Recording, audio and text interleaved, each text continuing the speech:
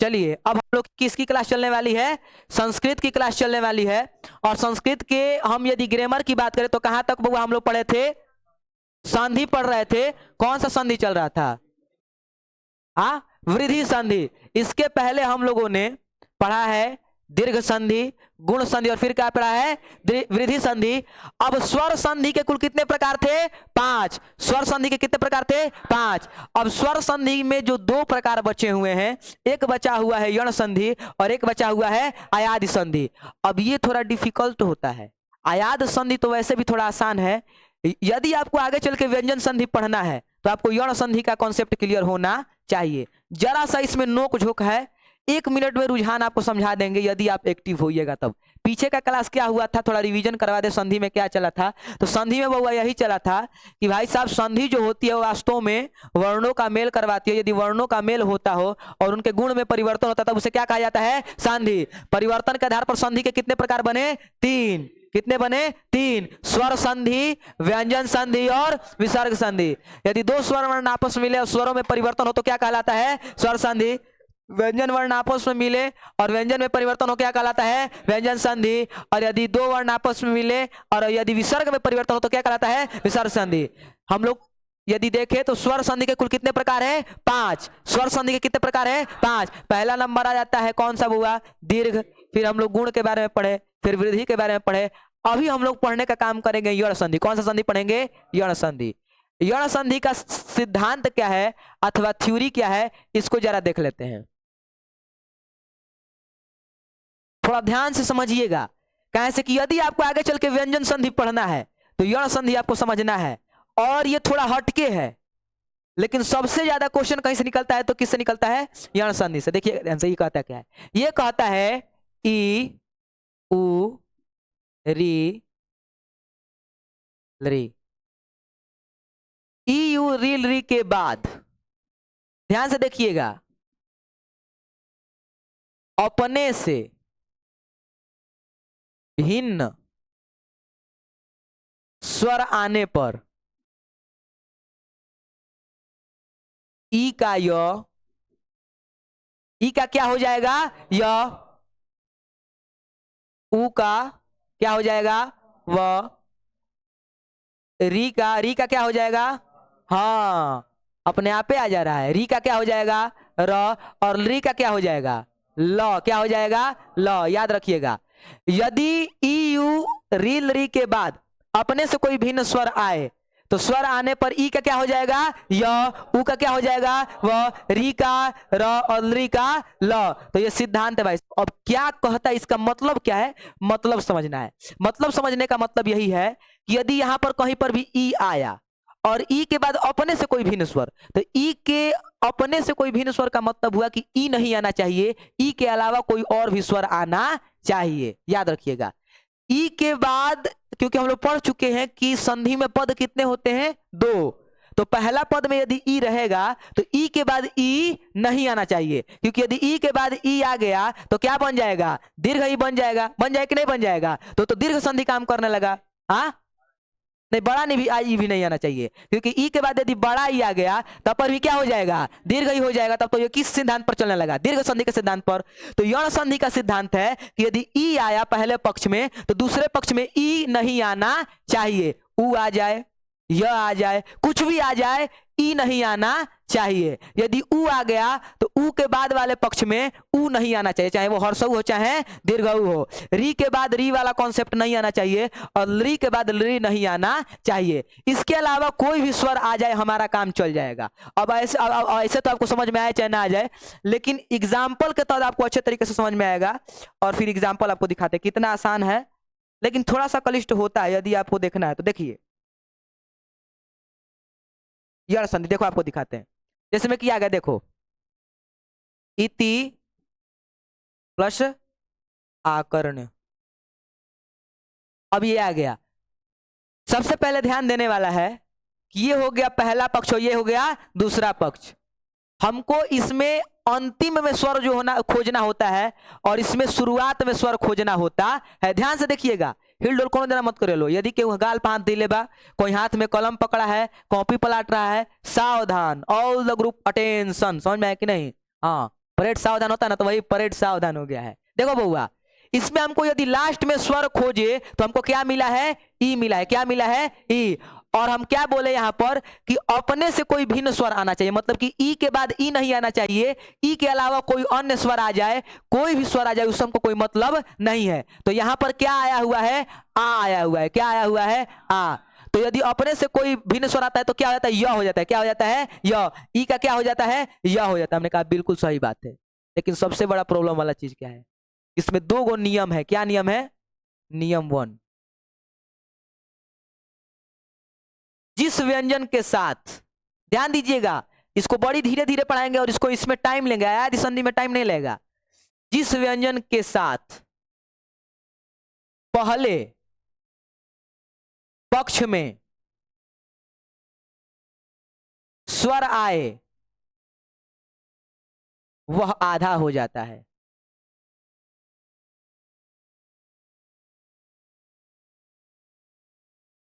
मतलब का इसका मतलब यह है कि अपने भी डूबेगा और आपको भी डुबाएगा। देखिए ध्यान से, हमने कहा जिस व्यंजन के साथ पहले पक्ष में, व्यंजन इसमें त है कि ई है, त है। स्वर व्यंजन 2 होते हैं, स्वर जिसका उच्चारण स्वतंत्र रूप से होता हो, व्यंजन जिनका उच्चारण स्वर की सहायता से होता हो। तो यहाँ पर त जो है वो क्या, एक प्रकार का व्यंजन है कि नहीं है, और जो ई है वो एक प्रकार का क्या है, स्वर है। धीरे धीरे बता रहे, सुनो ध्यान से। जिस व्यंजन के साथ पहले पक्ष में स्वर आए, पहले पक्ष में जो स्वर है वो ई है। क्या है, ई। और ई के साथ जो व्यंजन आया है वो क्या आया है, त आया है। तो जिस पक्ष में, पहले पक्ष में स्वर आए, और देखो जिस व्यंजन के साथ पहले पक्ष में स्वर आए वह आधा हो जाता है। क्या हो जाता है, आधा। मतलब कि जिस भी स्वर के साथ जो व्यंजन आएगा उसको आधा बना देगा। क्या बना देगा, आधा। मतलब कि त की यदि संधि होगी तो इसमें त क्या हो जाएगा, आधा हो जाएगा। क्या हो जाएगा, आधा। अब इसमें हमको त को आधा करना है, ठीक है। हमको ये तो समझ में आ गया, त को आधा करना है। ई को कैसे लगाना है, अब ये चीज आपको दिखाते हैं। इसमें हमको आ को हटाना था कि नहीं बउआ, हटाना था। पीछे हम लोग पढ़ रहे थे तो नियम था कि जो अगले वाला पक्ष है और यहाँ वाला पक्ष, इसको साफ हटा देना है। लेकिन यहाँ पर ये नहीं होता है। नियम 2 कहता है, नियम 2 इसमें कहता है कि दूसरे पक्ष में जो स्वर आएगा उसका मात्रा के रूप में प्रयोग होता है।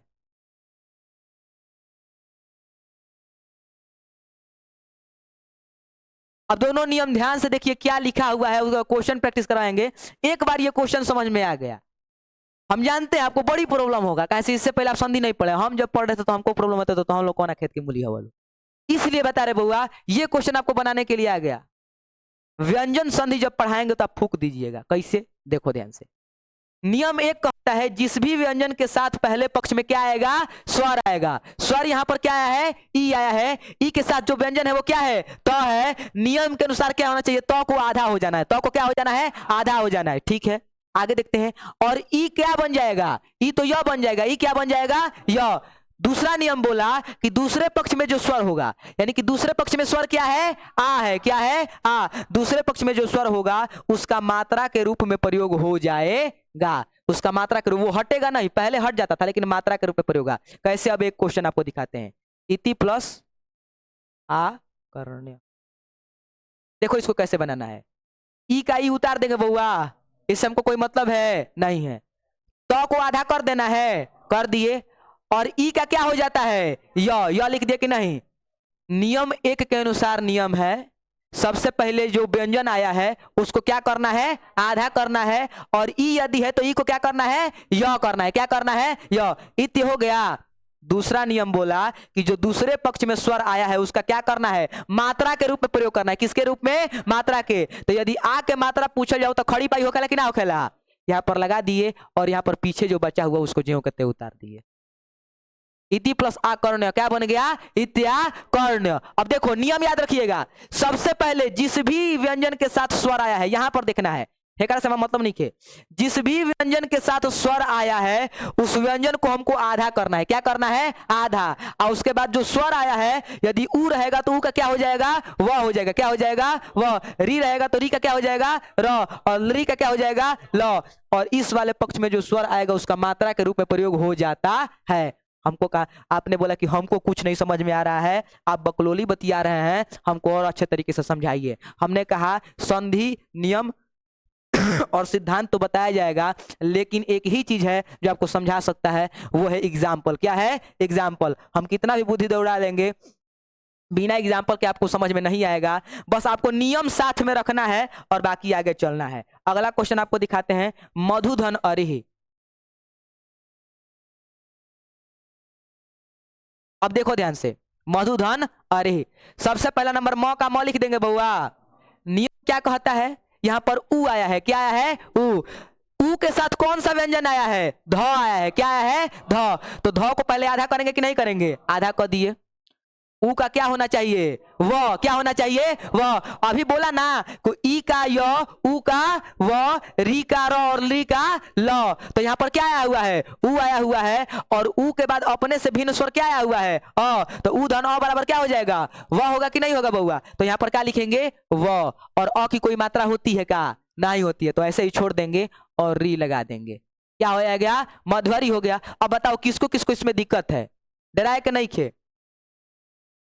बोलो, किसको किसको दिक्कत है? किसको किसको समझ में आया वो हाथ उठाओ तो। हाँ, और एग्जाम्पल हो तो बताइए करेंगे, हम और बताएंगे, हर एक क्वेश्चन पर बताएंगे। नियम क्या बोला? नियम एक बार फिर से दिखाते हैं। नियम बोला कि यदि कोई भी स्वर आ रहा है, पहले पक्ष में कोई भी स्वर आ रहा है, तो स्वर के साथ पहले हमको व्यंजन को देखना है। किसको देखना है? व्यंजन को। और व्यंजन को देखने के बाद उस व्यंजनों को क्या पटक देना है? आधा करके पटक देना है। समझ में आया कि नहीं? सबसे पहले इनका क्या, आधा बोल छीन लो। बाली को आखिरकार राम जी सामने से क्यों नहीं मार पाए थे? मेरा रामायण का प्रसंग, कहा से कि जो भी सामने आता था उसका आधा बल किसके अंदर समाहित हो जाता था? बाली के अंदर। तो वही है, ये आधा बल आपका ले लेगा। समझा कि नहीं? तो जो व्यंजन है उसको क्या कर देना है? आधा। ऊ का क्या हो जाएगा? व। और री का री उतार दीजिए। नियम 2 कहता है कि साथ में जो स्वर आएगा उसकी मात्रा यहाँ पे लग जाती है। चूंकि अ आया हुआ है तो अ का तो कोई मात्रा होता नहीं है, इसीलिए नहीं लिखे। आगे क्वेश्चन बताते, देखो बउआ। सुधन आगतम, ई सबसे ज्यादा होखेला। देखो बउआ, सुधन आगतम, यहां पर क्या आया हुआ है? ऊ आया हुआ है। तो हमको ऊ से मतलब नहीं, सबसे पहले हम देखेंगे कि ऊ के साथ व्यंजन क्या आया हुआ है बउआ? स आया है। क्या आया है? स। तो स को आधा लेके यहाँ पे पटक दिए, आधा स हो गया। ऊ का क्या होता है? वह होता है। क्या होता है? वह। हमने कर दिया। अब यहाँ पर हम बोले थे कि दूसरे पक्ष में जो स्वर आएगा उसका क्या कर देना है? मात्रा लगा देना है। क्या लगा देना है? मात्रा। आ का मात्रा खड़ी पाई होता है, लगा दिया। गौतम का गौतम लिख दिए। सु प्लस आगतम क्या हो जाएगा? स्वागतम। अब बताओ किसको किसको नहीं समझ में आया है? सबको समझ में आया है? अभी इतना पे नहीं छोड़ेंगे, 5-6 गो और एग्जाम्पल बताएंगे। बाकी सबसे पहले, लेकिन अभी अभी अभी इसको मत उतारिए। इसको सेव कैसे किया जाता है जी? छोड़ो ना, फिर से लिखवा देंगे।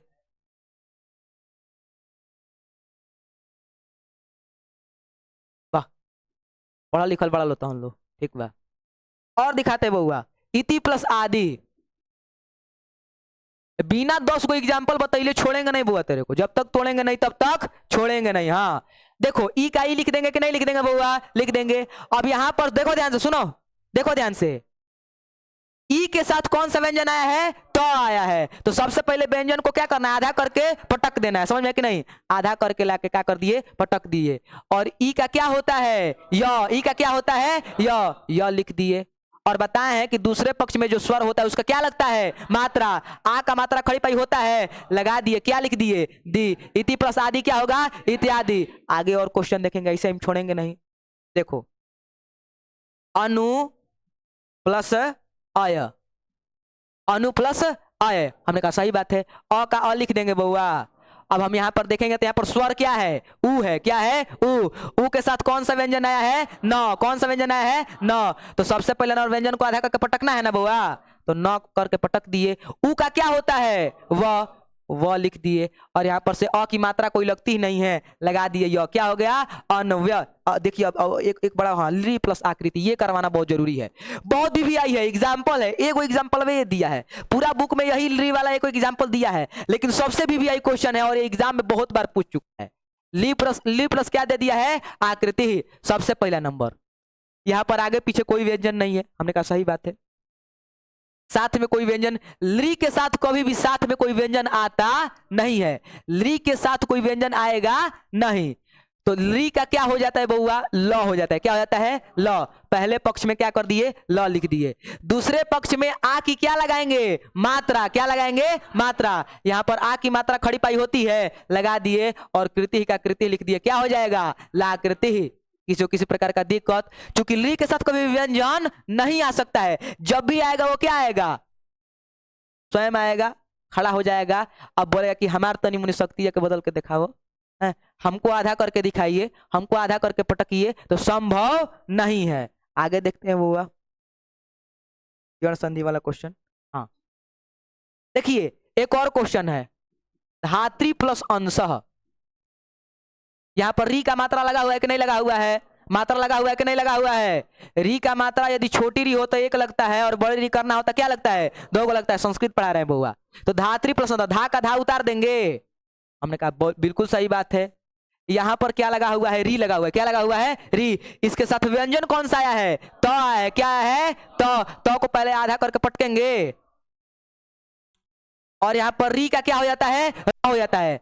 अब आपको याद दिलवाते हैं बउआ, यदि त्र को तोड़ा जाए तो क्या निकलता है, आधा तो निकलता है, और क्या निकलता है, र निकलता है, निकलता है कि नहीं निकलता है, तो इसलिए यहाँ पर आधा तो हो जाएगा और र हो जाएगा, क्या हो जाएगा, आधा तो और र। लेकिन यदि आधा तो और र एक साथ आए तो क्या बनता है, त्र बनता है, क्या बनता है, त्र। ये आपको बता रहे हैं, ऐसे भी यदि आप लिखते हैं तो गलती नहीं है, लेकिन जैसा संस्कृत का नियम कहता है कि यदि आधा तो त्र का, यदि त्र एक प्रकार का क्या है, संयुक्त व्यंजन है, और इसमें त्र का यदि खंडन किया जाए तो क्या प्राप्त होता है, त और र, आधा त और र, तो त्र का खंड यदि किया जाए तो आधा त र मिलता है, इसलिए यहाँ पर हम आधा त और र नहीं लिखेंगे, बाकी क्या लिखेंगे, त्र लिखेंगे, क्या लिखेंगे, त्र,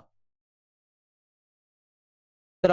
और अ आया है तो अ का कोई मात्रा होता है नहीं, ऊपर बिंदु लगा है, बिंदु लगा के लिख देंगे स, क्या हो जाएगा, धात्रंश, समझ आया कि नहीं, धात्री प्लस अंश क्या हो गया, धात्रंश।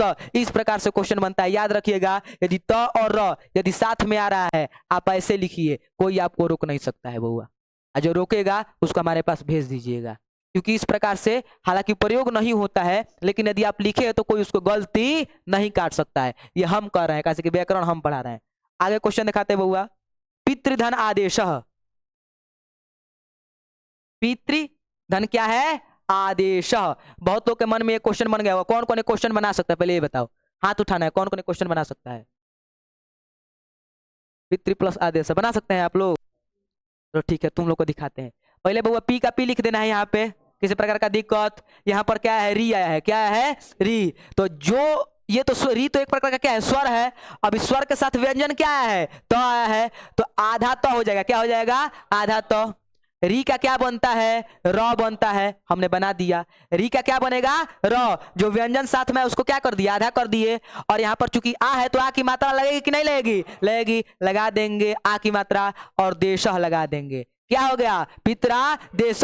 लेकिन आधा तो और यदि आता है तो इसको इस प्रकार से भी लिखा जा सकता है, पितृ प्लस आदेश क्या हो जाएगा, पितरादेश। आप लोग को यदि हमसे सुझाव मांगे कि भैया ये करना चाहिए या ये करना चाहिए, तो ये सुनने में भी पढ़ने में भी थोड़ा प्रॉब्लम होता है और देखने में भी अच्छा नहीं लगता है, तो इसलिए आप त और र कॉपी पे बना लीजिए, लेकिन बगल में भी क्या कर लीजिए, ये भी लिख दीजिए, ताकि अगला व्यक्ति जो है समझ सके। लेकिन ज्यादातर त और र के साथ किसका प्रयोग होता है, त्र का प्रयोग होता है, किसका प्रयोग होता है, त्र का। जब आप पढ़िएगा तो साथ में ही पढ़ना होगा, पितरादेश इसको भी आप पढ़िएगा, पितरादेश इसको भी पढ़िएगा, इसलिए आप किसका प्रयोग करिएगा, त्र का ही प्रयोग करिएगा, किसका प्रयोग करिएगा, त्र का। तो इस प्रकार से क्वेश्चन बनते हैं, एक क्वेश्चन ऑन बताएंगे, उसके बाद सबको बुलवा बुलवा के अभी बनवाएंगे, इसलिए बताइएगा कि किसको किसको समझ में आया है और किसको किसको नहीं समझ में आया है।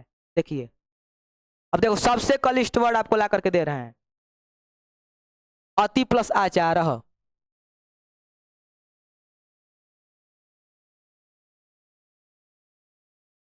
अति प्लस आचारः, इतना संधि आपको कोई नहीं समझाएगा। अब देखो, अ का अ लिख दिए बउआ, स्वर क्या आया है, ई, स्वर क्या आया है ई, स्वर के साथ व्यंजन क्या आया है तो को सबसे पहले आधा करके यहाँ पर पटक दिए। ई का क्या बनता है य, ई का क्या बनता है य, आ की मात्रा खड़ी पाई होती है, लगा दिए और चारह लिख दिए, क्या बन गया अत्याचार। अब बताओ हमको किसको किसको प्रॉब्लम है, बताओ। अब कॉपी चेक करेंगे, समझ आए कि नहीं। अति प्लस अचार क्या होगा अत्याचार। अब 5 को क्वेश्चन दे रहे हैं, बनाइए। 5 उसके बाद थ्योरी लिखवाएंगे, 5 को क्वेश्चन पहले बनवाइए बनाइए, उसके बाद थ्योरी लिखवाएंगे।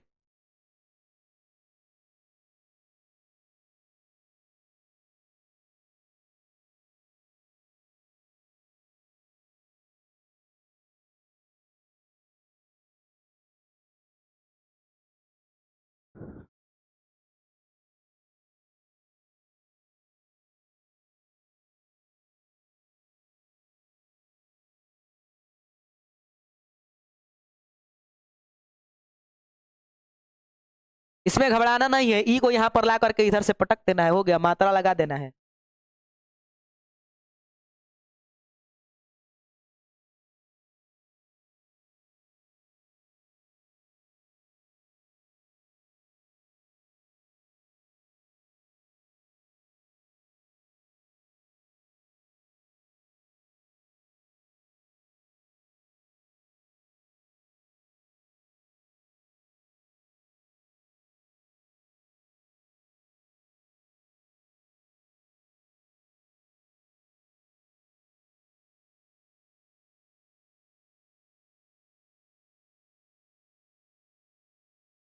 चार को क्वेश्चन बनाओ तो हुआ।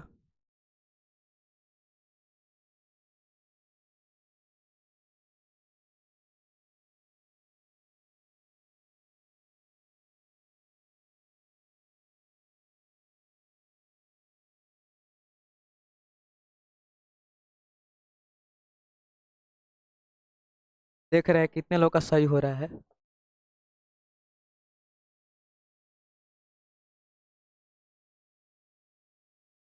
ईमानदारी से बनाइएगा।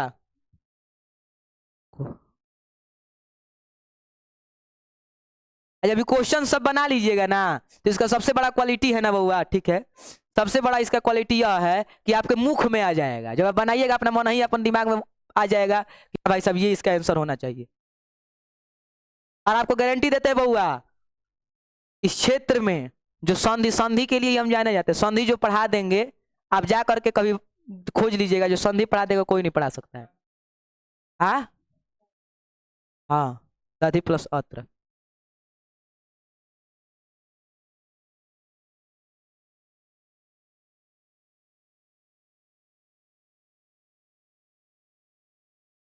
बाकी इसका जो नियम है वो कल लिखवाएंगे, परसों लिखवाएंगे।